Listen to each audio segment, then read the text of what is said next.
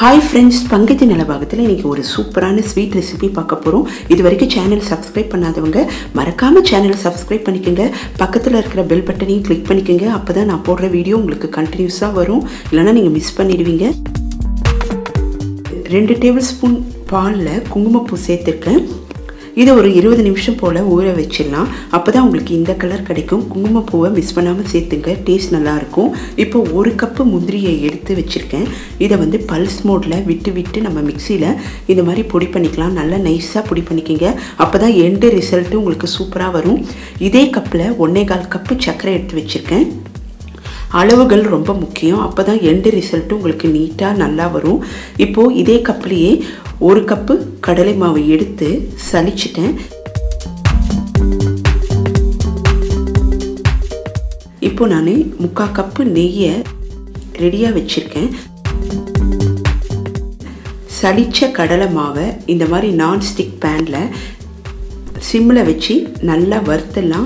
Colour மாறக்கூடாது, ஆனால் நல்லா வாசனை வர அளவுக்கு இந்த மாதிரி நல்லா வறுத்தலாம். நான் கரேட்டே நான்ஸ்டிக் பேனில் தான் நான் இந்த ஸ்வீட் செஞ்சுருக்கேன். இந்த பேன் வேணும்னா லிங்க்கை வந்து நான் டிஸ்கிரிப்ஷனில் கொடுக்குறேன், செக் பண்ணிக்கோங்க. இதில் சூப்பராக வரும். இப்போ நம்ம நல்லா வறுத்த பிறகு அடுப்பை ஆஃப் பண்ணிவிட்டு இந்த விஸ்க் மாதிரி ஒன்று எடுத்துக்கலாம். இதில் கட்டிகள் இருந்தால் கூட இந்த மாதிரி கலந்துட்டோன்னா கட்டிகள்லாம் உடஞ்சிடும். நான் 2 கப்பு பாலை அளந்து வச்சுருக்கேன். இது காய்ச்சி ஆற வைத்த பால். கடலை மாவு சூடு ஆறின பிறகு நம்ம இந்த பாலை கொஞ்சம் கொஞ்சமாக விட்டு இந்த விஸ்கால் கட்டிகள் இல்லாமல் நல்லா மிக்ஸ் பண்ணிடலாம். கட்டிகள் கொஞ்சம் கூட இருக்கக்கூடாது. கட்டிகள் இருந்தால் நமக்கு வந்து ஸ்வீட் வந்து நல்லாவே வராது. இந்த ஸ்டெப்பு வந்து ரொம்ப முக்கியம். அடுப்பை ஆஃப் பண்ணிவிட்டு கடலை மாவை நல்லா ஆற வச்சுட்டு அதுக்கப்புறம் காய்ச்சி ஆற வைத்த பாலை விட்டு இந்த விஸ்கால நல்லா மிக்ஸ் பண்ணிக்கோங்க. இப்போ நல்லா மிக்ஸ் பண்ணிட்டேன். கட்டிகள் கொஞ்சம் கூட இல்லாமல் செக் பண்ணிக்கோங்க. இருக்கிற பாலையும் விட்டு நல்லா மிக்ஸ் பண்ணிட்டேன். ஒரு பேஸ்ட் மாதிரி நமக்கு வரும். இப்போ நான் அடுப்பை ஆன் பண்ணிக்கிறேன். இப்போ பாருங்கள், அடுப்பை ஆன் பண்ணிவிட்டு நம்ம விஸ்க்லேயும் நல்லா இந்த மாதிரி மிக்ஸ் பண்ணிக்கலாம். இப்போ நான் அடுப்பை ஆன் பண்ணிவிட்டு இந்த மாதிரி ஒரு கரண்டியாலையும் நம்ம நல்லா மிக்ஸ் பண்ணிக்கலாம். இப்போ நம்ம அடுப்பை நல்லா மீடியம் ஹீட்டில் வச்சு நல்லா மிக்ஸ் பண்ணிகிட்டே இருக்கலாம். இந்த கடலை மாவு பாலில் நல்லா வெந்து வரும். இந்த மாதிரி நல்லா வெந்து வரும்போது நம்ம சர்க்கரையை சேர்க்கணும். இப்போ அடுப்பை சிம்மில் வச்சுட்டு நம்ம 1.25 கப்பு அளந்து வைத்திருந்த சர்க்கரையை சேர்த்துக்கலாம். 1.25 கப்பு ஸ்வீட்டு கரெக்டாக இருக்கும். இல்லை உங்களுக்கு இன்னும் கூடி ஸ்வீட் வேணும்னா 1.5 கப்பு எடுத்துக்கலாம். எந்த கப்பில் எடுத்தீங்களோ அதே கப்பில் மெஷர் பண்ணிக்கோங்க. இப்போ நம்ம சர்க்கரையை சேர்த்த பிறகு கொஞ்சம் மெல்ட் ஆன மாதிரி இருக்கும். சர்க்கரை நல்லா கரைஞ்சி நமக்கு தண்ணியாக இருக்கும். நீங்கள் இப்போ அடுப்பை சிம்மில் வச்சுட்டு நல்லா மிக்ஸ் பண்ணிக்கோங்க. எப்போவுமே ஏதாவது ஒரு பொருள் சேர்க்கும்போது அடுப்பை சிம்மில் வச்சுட்டு சேருங்க. அடுப்பை சிம்மில் வச்சுட்டு ரெடி பண்ணி வைத்திருந்த குங்குமப்பூ பால் அதையும் சேர்த்துக்கிறேன். கலர் நல்லா நமக்கு கிடைக்கும். இப்போ நல்லா மிக்ஸ் பண்ணிக்கலாம். மீடியம் ஹீட்டில் வச்சு நல்லா மிக்ஸ் பண்ணிகிட்டே இருக்கலாம். இந்த டைமில் நம்ம ரெடி பண்ணி வைத்திருந்த நெய்யை பக்கத்தில் எடுத்து வச்சுக்கலாம். கொஞ்சம் கொஞ்சமாக நெய்யை விட்டு மிக்ஸ் பண்ணிகிட்டே இருக்கலாம். நெய்யை வந்து ஒரேடியாக விட வேண்டாம், அப்பப்போ நெய் விட்டுக்குங்க. இந்த மாதிரி நெய் விட்டு நல்லா மிக்ஸ் பண்ணிகிட்டே இருங்க.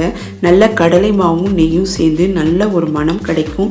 இது வந்து பாதாம் அல்வா டேஸ்ட்டில் இருக்கும். நீங்கள் வந்து பண்டிகை நாட்கள்லாம் இப்போ வரப்போகுது.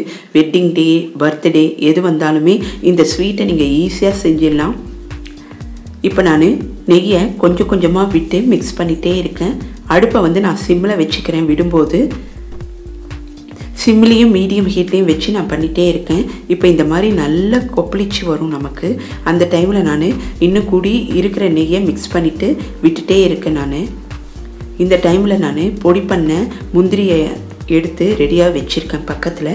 இந்த மாதிரி ஸ்டேஜ் வரும்போது நம்ம பொடித்த முந்திரியை சேர்த்துக்கலாம். முந்திரியை வந்து பல்ஸ் மோடில் விட்டு பொடி பண்ணி வச்சுருக்கேன். கண்டினியூஸாக பொடி பண்ணிங்கன்னா அதில் வந்து எண்ணெய் விட்டுக்கும். அதனால் பல்ஸ் மோடில் விட்டு பொடி பண்ணிக்கோங்க. இப்போ நல்லா முந்திரியை சேர்த்துட்டு இருக்கிற நெய்யும் சேர்த்துக்கிறேன். சேர்த்துட்டு நல்லா மிக்ஸ் பண்ணிகிட்டே இருக்கலாம். நம்ம வந்து அல்வா பதத்துக்கு இதை நம்ம கொண்டு வர போகிறோம். இப்போ பாருங்கள், ஆல்மோஸ்ட் நமக்கு ஸ்வீட்டு தயாராகிடுச்சு. எல்லாம் ஒன்று சேர்ந்து வரும்போது நான் இப்போது அடுப்பை ஆஃப் பண்ண போகிறேன். அந்த ஹீட்லேயே வந்து இன்னும் கூடி நல்லா வேகும். ரொம்ப நேரம் நம்ம கிண்ட வேண்டாம், ஏன்னா சாப்பிடும்போது ரொம்ப ஹார்டாக ஆகிடும். இந்த ஸ்டேஜில் நம்ம அடுப்பை ஆஃப் பண்ணிக்கலாம். நேரம் ஆக ஆக அது நல்லா கெட்டிப்படும். இப்போ நான் ஒரு பெரிய எவர் சில்வர் கப்பில் போட்டு வச்சுருக்கேன். எனக்கு வந்து இது நிறைய காணிச்சு. இது நீங்கள் ஒரு வாரம் வரைக்கும் ஃப்ரிட்ஜில் வச்சு சாப்பிட்லாம். ரொம்ப அருமையாக இருக்கும். வரப்போகிற பண்டிகை நாட்களில் நீங்கள் ட்ரை பண்ணி பாருங்கள். இதை நீங்கள் பட்டர் ஷீட்டில் வச்சும் குழந்தைகளுக்கு லஞ்ச் பாக்ஸில் கொடுத்து விடலாம். ரொம்ப அருமையாக இருக்கும். பாதாம் அல்வாலாம் செய்யறதுக்கு நீங்கள் கடைகள்லாம் போய் வாங்க வேண்டாம். இது கடைகளில் அவ்வளோ சீக்கிரம் கிடைக்காது. நம்ம வீட்டிலேயே செஞ்சு எல்லாருக்கும் கொடுக்கலாம். ரொம்ப ஈஸியான ஸ்வீட்டு.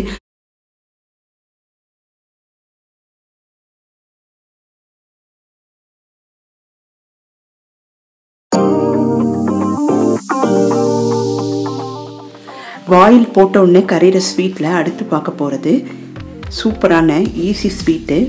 பாலை வந்து நம்ம பாத்திரத்தில் விட்டுக்கலாம். பால் நல்லா காஞ்ச உடனே அடுப்பை சிம்மில் வச்சுட்டு ஸ்டெயின்லெஸ் ஸ்டீல் ஸ்பூனை இதில் போட்டுடலாம். ஏன்னா அடி பிடிக்காமல் இருக்கும். அதே டைம் நமக்கு வேலையும் ஈஸியாக முடிஞ்சிடும். ஒருத்தர் வந்து இங்கே இலக்கி விட்டுட்டே இருக்க வேண்டாம். நம்ம இப்போ சின்னதாக ஒரு ஸ்பூனை போட்டுட்டு நம்ம வேலையை பார்த்துக்கலாம். கொஞ்சம் நேரத்தில் இது அரைவாசியாக சுண்டி இருக்கும். அந்த டைமில் நம்ம ஓரங்களில் இருக்கிற பால் எல்லாத்தையும் நல்லா ஒரு தடவை இலக்கி விட்டுட்டு சர்க்கரை சேர்த்துக்கலாம். வீட்டில் தயிர் இருந்தால் தயிர் சேர்த்துக்குங்க. அப்படி இல்லைன்னா லெமன் ஜூஸ் கொஞ்சமாக விட்டுட்டு ஒரு தடவை மிக்ஸ் பண்ணிவிட்டு அப்படியே விட்டுடலாம். இது எதுக்கு இப்படி சேர்க்குறோன்னா திரியாக நமக்கு கிடைக்கும். இப்போது நல்லாவே பால் சுண்டி இருக்குது. இந்த இடத்துல நம்ம ஒரு டேபிள் ஸ்பூன் நெய் விட்டுட்டு முக்கியமாக இந்த ஸ்பூனை மறக்காமல் எடுத்துடணும். நமக்கு சூப்பர் ஈஸி ஸ்வீட் தயாராகிடுச்சு. இந்த வீடியோவை லைக் பண்ணுங்கள். பாய்.